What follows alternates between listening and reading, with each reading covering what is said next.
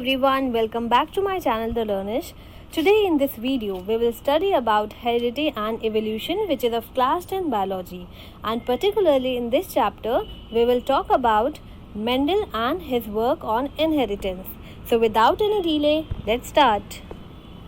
See, Mendel's experiment. Mendel, he was a scientist who experimented on garden pea, and he took garden pea as his object for experiment, and he took different characters, 7 different characters present in garden pea to perform his experiment. He conducted monohybrid and dihybrid crosses using those characters. See, 7 characters were present, okay? Monohybrid cross. In monohybrid cross, only a single character is taken into consideration and cross is made. In dihybrid cross, 2 characters are taken into consideration and then cross is made. In monohybrid, Mendel took the size of the plant as a character, and dihybrid cross, he took 2 characters which were seed color and seed shape. Now first, going into the detail of monohybrid cross.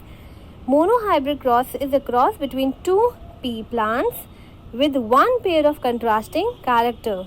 And what was the 1 pair? 1 pair was the plant size, the plant height, tall and dwarf. Now why the monohybrid cross was done? It was done to observe the inheritance of single pair of contrasting characters. Okay? Now, these were the characters, tall and dwarf. Tall is the dominant trait and dwarf is the recessive trait. If both tall and dwarf character, tall allele and dwarf allele are present in a single plant, then the character that will express itself will be the tallness, because it is dominant and it will mask the effect of dwarf allele. Now coming on to the procedure of monohybrid cross, what Mendel did is first he took pea plant. 1 pea plant was tall, okay, and the tall plant, the genes which were present in the pure tall pea plant was capital T, and another was pure dwarf, which was small t. Okay, so the genes present in dwarf pea plant were small t. Okay, they are the parent. Okay, now these parent will form gametes, and in gamete the allele, the 2 allele which are present here in combination, they will differentiate and 1 allele will go in 1 gamete. So gametes are formed. Now the cross pollination will take place. So in first step, Mendel did cross pollination. After cross pollination, he obtained F1 generation having the combination capital T, small t. Okay, so in F1 generation, all tall plants were present as the phenotype. Okay, but the genotype was capital T, small t. What is the genotype? Genotype is the gene which is genetic expression, the gene which is present in the pea plant. Okay, and the phenotype is the character which we can see, which we can observe from outside, like whether the plant is tall or dwarf. So the phenotype was tall and the genotype was capital T, small t. Now Mendel self-pollinated this F1 generation plants. After self-pollination, he obtained 4 different combination of genes, and the 4 plants which were there were having different genetic composition. Okay, which he used this Punnett square for explaining. See, capital T, small t, these are the 2 gametes which were obtained after the segregation of this F1 generation. So the combination of the characters were capital T, capital T, capital T, small t, capital T, small t, and small t. So 4 different combinations were there.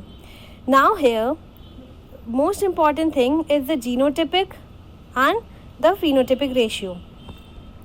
Now in F2 the genotypic ratio were 1:2:1. Okay, how 1:2:1? See here, capital T are present 1, capital T, small t are 2 in number, and small t are 1. So the genotypic ratio is 1:2:1.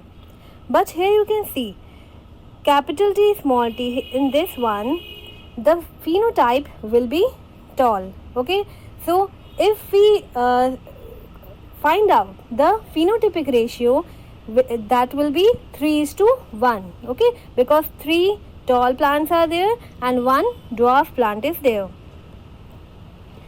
Now the conclusion which Mendel drew from the monohybrid cross is that the phenotypic ratio with this tall is to dwarf is 3:1, and genotypic ratio of pure tall is to hybrid tall is to pure dwarf is 1:2:1. Okay, so here 1 is the pure tall and 2 is hybrid tall because it is capital T and small t,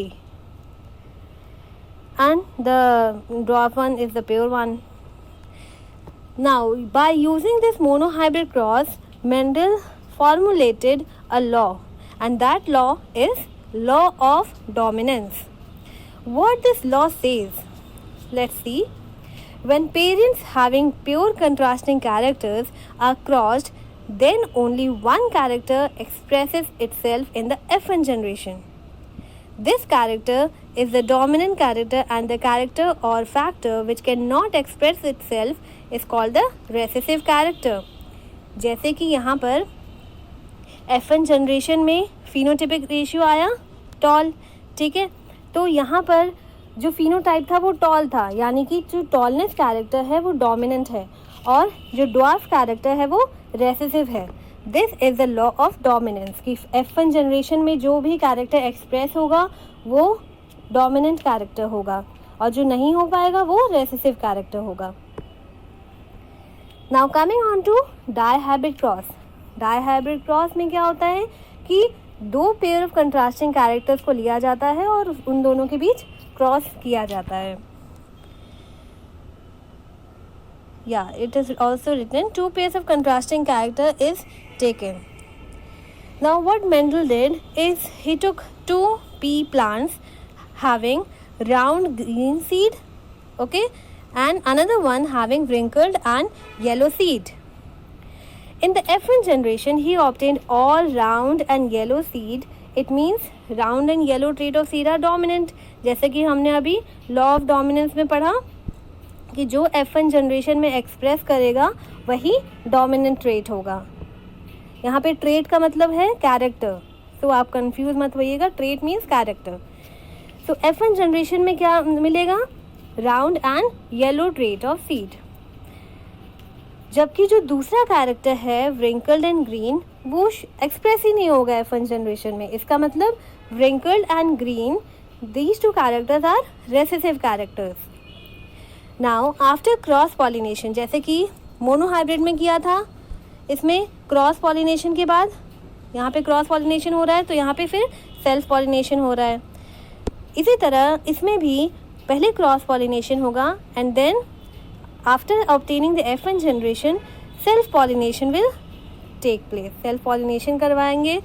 then he self-pollinated the plant of F1 generation to obtain F2 generation. Now, in F2 generation, he obtained 4 different types of seeds: round yellow, round green, wrinkled yellow, and wrinkled green. So, 4 different types of seeds were obtained having 4 different characters. अब यहाँ पे F2 में क्या हो रहा है कि characters जो है मिक्सअप हो रहे हैं एक दूसरे से. ठीक है, F1 में तो जो डोमिनेंट था वो एक्सप्रेस किया, बट F2 में जो है वो कॉम्बिनेशंस मिक्सअप हो जाएंगे. उसके बाद जो रेशियो मिला, द फिनोटिपिक रेशियो इज़ 9:3:3:1. अब ये आप ध्यान रखिए, ये जो रेशियो है 9:3:3:1 ये डायहाइब्रिड क्रॉस का फिनोटिपिक रेशियो है. And this ratio is very important and many times it is asked in 1 mark question. he concluded that these traits are independently inherited.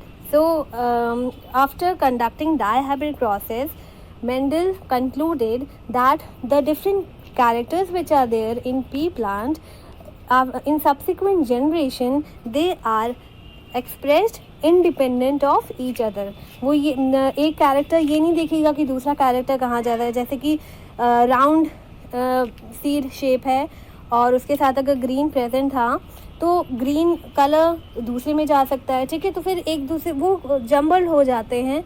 ठीक है, एक दूसरे में ये नहीं देखते कि हाँ हम ग्रीन वाला है तो वो हमेशा राउंड के साथ ही रहेगा, या फिर अगर येलो सीड है तो वो रिंकल के साथ ही रहेगा. No, the combinations are formed, okay, and they separate during the gamete formation independent of each other. So here is a flow chart showing the experiment of dihybrid cross. यहाँ पे ये parent है which is capital R is for round and small y is for green. ठीक है, यहाँ पर आप ध्यान रखिए कि जो कैपिटल में होता है वो डोमिनेंट होता है और जो भी डोमिनेंट कैरेक्टर होगा उसी का फर्स्ट लेटर दिया जाता है लिखने के लिए. जैसे कि राउंड सीड शेप डोमिनेंट है तो राउंड का आर ले लेंगे और क्योंकि वो डोमिनेंट है तो उसको कैपिटल आर से लिखेंगे, और उसी राउंड का स्मॉल आर ले लेंगे व्रिंकल्ड शो करने के लिए. ठीक है, क्योंकि व्रिंकल तो रेसेसिव है तो अब उसके लिए अलग अलग सबके लिए अलग अलग लेटर्स देंगे तो कन्फ्यूजन क्रिएट होगा. इसीलिए small r is represented to show the wrinkled one. Now here gametes are formed and cross pollination is done between the two gametes. After cross pollination F1 generation is obtained and here you can see capital R है. ठीक, capital R is for round and capital Y is for yellow seed color. इसका मतलब round seed shape and yellow seed color, they both are dominant. In the next step self pollination is done and here you can see 16 different combinations are there. तो अब यहाँ पे क्या करना है, Punnett square बनाना है. सबसे पहले ये पुनेट स्क्वायर क्या होता है, ये स्क्वायर टेबुलर फॉर्म है जिसमें यहाँ पर गैमीट्स लिखते हैं. ठीक है, यहाँ पर गैमीट्स होंगे और इधर गैमीट्स होंगे. दोनों साइड गैमीट्स लिखने के बाद कॉम्बिनेशन बनाया जाता है. जैसे कि मैं एक दो आपको बता देती हूँ. यहाँ पर है ये कैपिटल आर कैपिटल वाई इधर का और इधर का, तो ये इस ब्लॉक में कैपिटल आर और कैपिटल वाई हो जाएगा.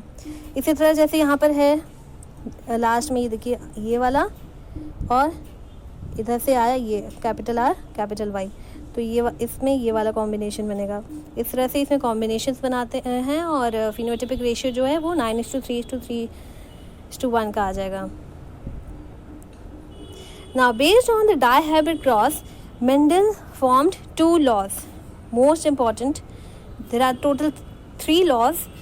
एक लॉ जो कि law of dominance monohybrid cross के बेसिस में दिया गया था और बाकी ये law of independent assortment and law of segregation, these 2 laws are given on the basis of dihybrid cross which he conducted. Law of independent assortment में क्या है, it says during gamete formation one pair of trait segregate का मतलब है कि अलग होना. One pair of trait segregate from another pair of trait independently. This is the most important word, independently. ये वर्ड बाय वर्ड बहुत important law है और इसको ऐसे ही इसको लर्न करिएगा. सिंपल लैंग्वेज में है और काफ़ी इजी है. इसका मतलब ये है कि जब गैमीट फॉर्मेशन होता है तो जो एक कैरेक्टर है वो दूसरे कैरेक्टर से अलग हो जाता है, इंडिपेंडेंट ऑफ ईच अदर. एक दूसरे को ये नहीं देखते कि हाँ मैं उसके साथ जाऊँगा, ये कैरेक्टर है तो उसी कैरेक्टर के साथ चिपका रहेगा और उसी गैमीट में जाएगा. नहीं, ऐसा नहीं है. They all segregate, they all separate independent of each other. Next law is law of segregation. When gametes are formed, each allele of one parent segregates randomly into the gamete such that half of the parent's gamete carry each allele. तो अब इसमें ये भी एक simple सा है कि जब गैमीट फॉर्मेशन होता है एक पेरेंट में जो भी जीन है, देखिए जैसे कि यहाँ पर जैसे कि मान लीजिए है capital T sorry this is small T, capital T और स्मॉल टी, ठीक है। ये है पेरेंट का जीनोटाइप। फिनोटाइप इसमें हो जाएगा टॉल, क्योंकि ये इसमें कैपिटल टी प्रेजेंट है, तो कैपिटल टी के प्रेजेंस में डोमिनेंट ट्रेट ही एक्सप्रेस करेगा। अब अगर गैमीट बनेगा तो ये इसमें से कैपिटल टी एक साइड चला जाएगा और स्मॉल टी दूसरे गैमीट में चला जाएगा, ठीक।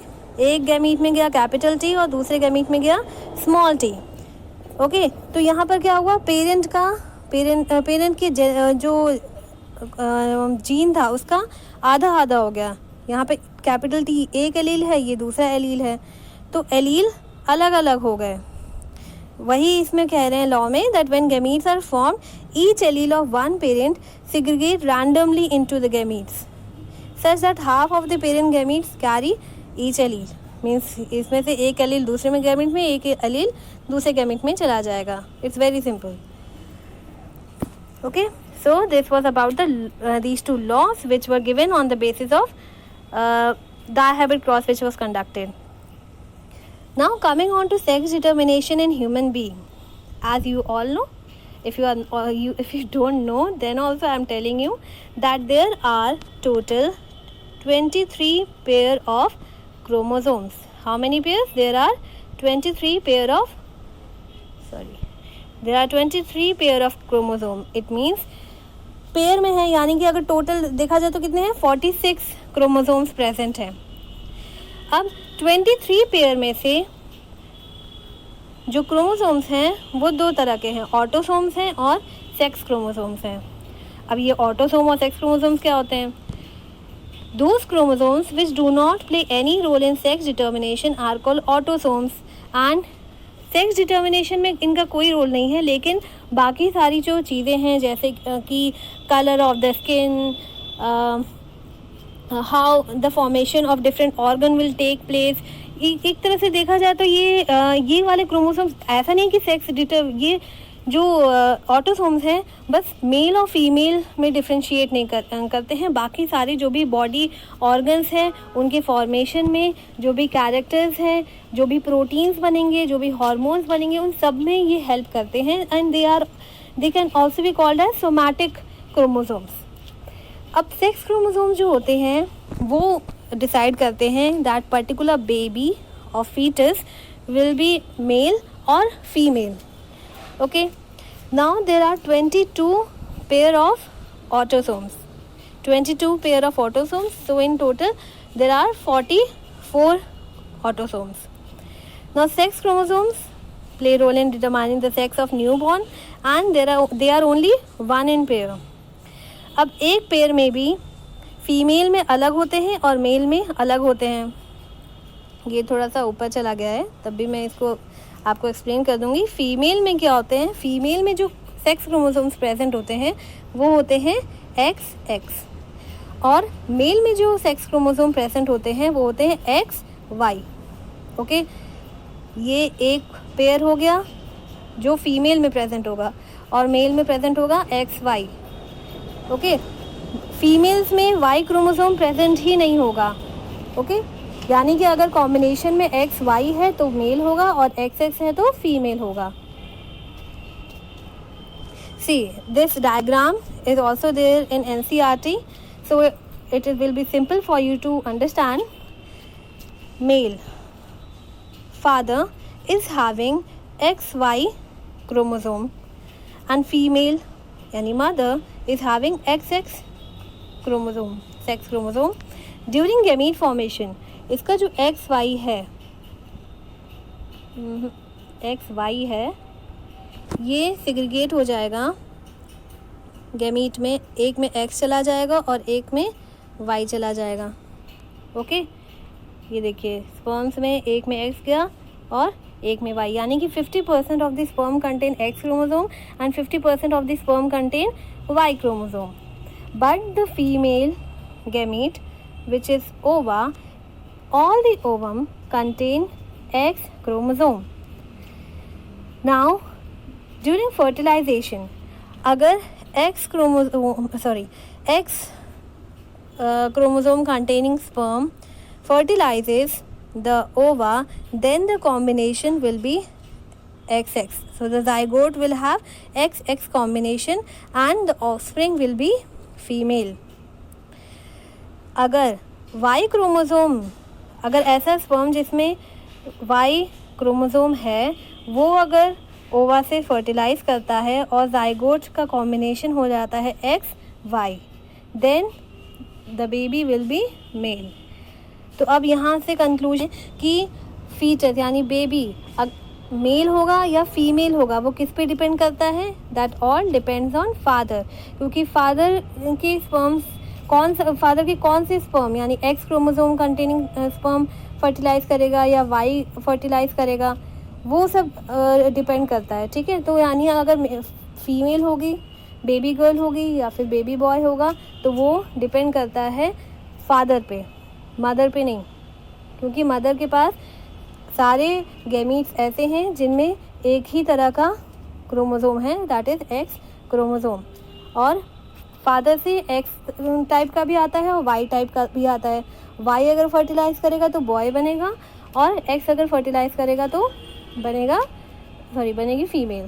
तो ये सब फादर पे डिपेंड करता है, मदर पे डिपेंड नहीं करता है कि कौन बेबी गर्ल होगी या बेबी बॉय होगा. Okay, so this was all about this video and stay tuned and keep updating yourself with the new content. and आपको अच्छा लगा हो तो शेयर करिएगा, लाइक ज़रूर करिएगा and do comment how you like the video. Stay tuned, keep learning, keep growing. Okay, and do not forget to subscribe, and you can also follow me on Instagram. Link I will give in the description box. Thank you.